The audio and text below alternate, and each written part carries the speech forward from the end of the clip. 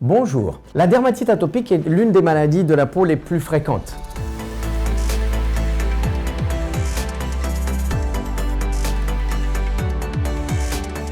La dermatite atopique est définie par une peau sèche qui a la tendance à réagir aux allergènes de l'environnement, par une inflammation, par des démangeaisons et par d'autres signes. Quand la réaction de la peau est plus importante, on voit des rougeurs et des petites vésicules qui apparaissent à la surface de la peau. On parle de l'eczéma atopique.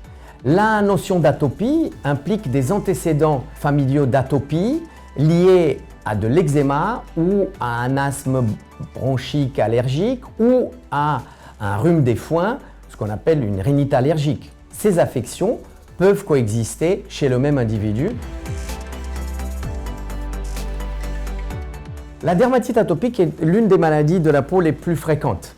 En France, environ 20% des enfants et environ 3 à 5% des adultes souffrent de cette maladie. Il s'agit d'une prédisposition innée à avoir constamment une peau sèche, voire très sèche, facilement réactive aux irritants externes, à la poussière, au latex ou aux autres substances allergisantes, avec des périodes de poussée d'eczéma, quand on voit, encore une fois, des rougeurs, des démangeaisons qui apparaissent au niveau des membres et ou du visage chez le tout petit, ou au niveau du visage et surtout au niveau des plis chez l'adulte. Si les poussées sont plus inflammatoires, on voit apparaître des plaques d'eczéma qui se manifestent par des rougeurs, des démangeaisons importantes, des petites vésicules remplies d'un liquide clair qui éclate facilement et qui laisse derrière une peau suintante qui peut se surinfecter. La surinfection représente une complication de l'eczéma atopique. La bactérie la plus souvent rencontrée est le staphylocoque doré et c'est lui qui domine le microbiome de la poussée d'eczéma.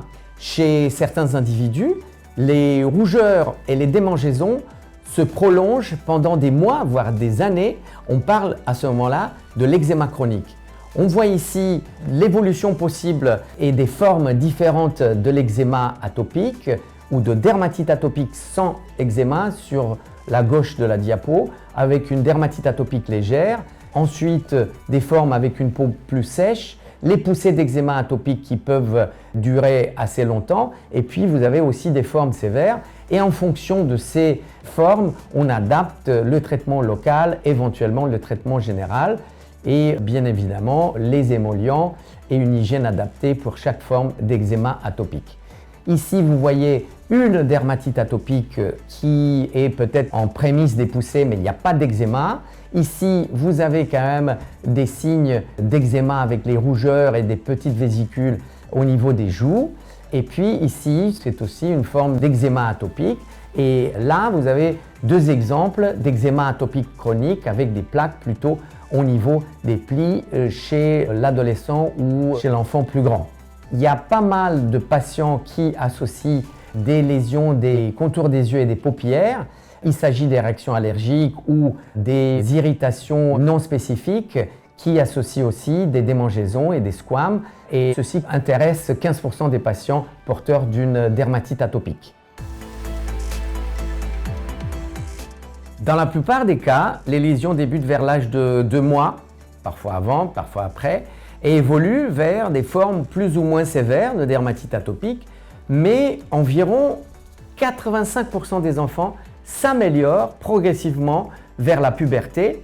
Environ 15% d'entre eux présentent encore à l'âge adulte une peau sèche et des poussées d'eczéma, notamment au niveau des plis. Il s'agit avant tout d'une prédisposition génétique. Un enfant aura un risque de 50% de développer une dermatite atopique. Si l'un des parents est atopique, le risque monte à 80% si les deux parents sont atopiques. Il s'agit d'un déficit de barrière de la peau qui est plus perméable aux agressions externes d'un côté et qui laisse s'évaporer plus facilement l'eau de l'autre côté. La pénétration plus facile des différentes substances allergènes et des irritants se fait donc plus facilement et induit une inflammation. Sur ce type de peau, le microbiome, il est aussi perturbé. Le staphylocoque doré se fixe plus facilement sur la peau de l'atopique les peptides antimicrobiens sont moins bien sécrétés dans la peau atopique par rapport à la peau de la population non atopique. Sur ces causes bien connues s'ajoutent aussi ce qu'on appelle des facteurs aggravants. Les responsables de l'induction des poussées d'eczéma, par exemple pendant l'hiver, le froid, les allergènes alimentaires comme par exemple les fruits de mer, les œufs, le chocolat, mais la liste elle est vraiment longue, ou les allergènes appliqués sur la peau, des cosmétiques à base de parfum, à base d'alcool, les cosmétiques non adaptés en général, mais aussi les infections dans la sphère oropharyngienne et aussi, n'oublions pas, le stress. On compare assez souvent le déficit de barrière de la peau atopique avec un mur où le ciment il est un peu déficitaire et qui laisse pénétrer plus d'allergènes et plus d'irritants et qui laisse sortir plus d'eau, donc une perte insensible en eau. La prise en charge globale de la dermatite atopique répond parfaitement à toutes ces questions. Elle commence par l'utilisation la plus précoce des émollients. Dès la naissance chez les enfants connus prédisposés avec des antécédents familiaux, utilisés toute l'année, les émollients ont un rôle clé dans la prévention de la barrière de la peau, dans l'espacement des crises. Les mesures d'hygiène sont très importantes aussi afin de préserver la barrière de la peau, surtout ne pas l'agresser. Utiliser des douches ou des bains en évitant l'eau trop chaude, en évitant les nettoyants à base de savon, préférez plutôt des scindés sur gras, appelés aussi des savons sans savon, comme les gels nettoyants ou les huiles nettoyantes ou des pains dermatologiques, à bien rincer, bien sécher la peau après, sans frotter. Les émollients sont à appliquer dans les 10 minutes qui suivent le bain ou la douche. On conseille d'utiliser uniquement des vêtements en coton, en contact avec la peau. Les crèmes ou les pommades à base de cortisone sont prescrites par le médecin uniquement pour la période des poussées d'eczéma. Pour les formes chroniques d'eczéma, on peut aussi les appliquer en discontinu uniquement pendant les week-ends. En cas de surinfection, on applique des antibiotiques locaux pour des courtes périodes, comme vous avez la crème à base d'acide fusidique. Il est important aussi d'identifier l'agent responsable des poussées, par exemple la poussière ou les aliments. Et on peut réaliser dans des cabinets du dermatologue ou de l'allergologue des tests allergologiques chez les adultes et chez les enfants plus grands en dehors de toute poussée afin de ne pas déclencher une nouvelle poussée. Il faut aussi éviter à la maison les surfaces qui peuvent accumuler de la poussière, préférez plutôt des surfaces lisses, faciles à nettoyer. Enfin, les traitements immunosuppresseurs locaux comme la crème tacrolimus sont réservés aux cas résistants aux corticoïdes locaux et notamment pour la zone du visage. La thérapie par des rayons ultraviolets dans les unités spécialisées de dermatologie, la photothérapie on l'appelle, est indiquée pour les zones étendues et résistantes aux traitements locaux chez l'adulte et aussi chez l'enfant, mais uniquement après l'âge de 8 ans.